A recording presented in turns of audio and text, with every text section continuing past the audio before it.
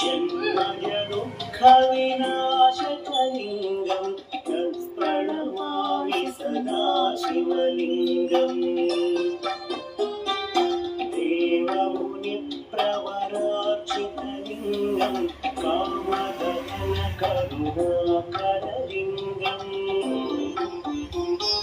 रावणदर्पविनाशनलिङ्गं तत्प्रणमामि सदा शिवलिङ्गम्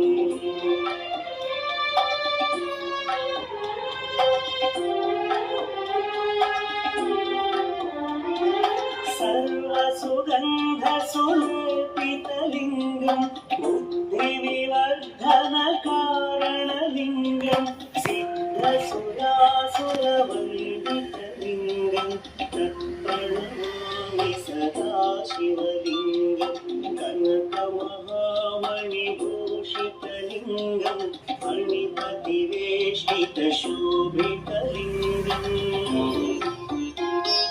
दक्षसुयज्ञविनाशनलिङ्गं तत्प्रणमामि सदा शिवलिङ्गम् कुङ्कुमचन्द्र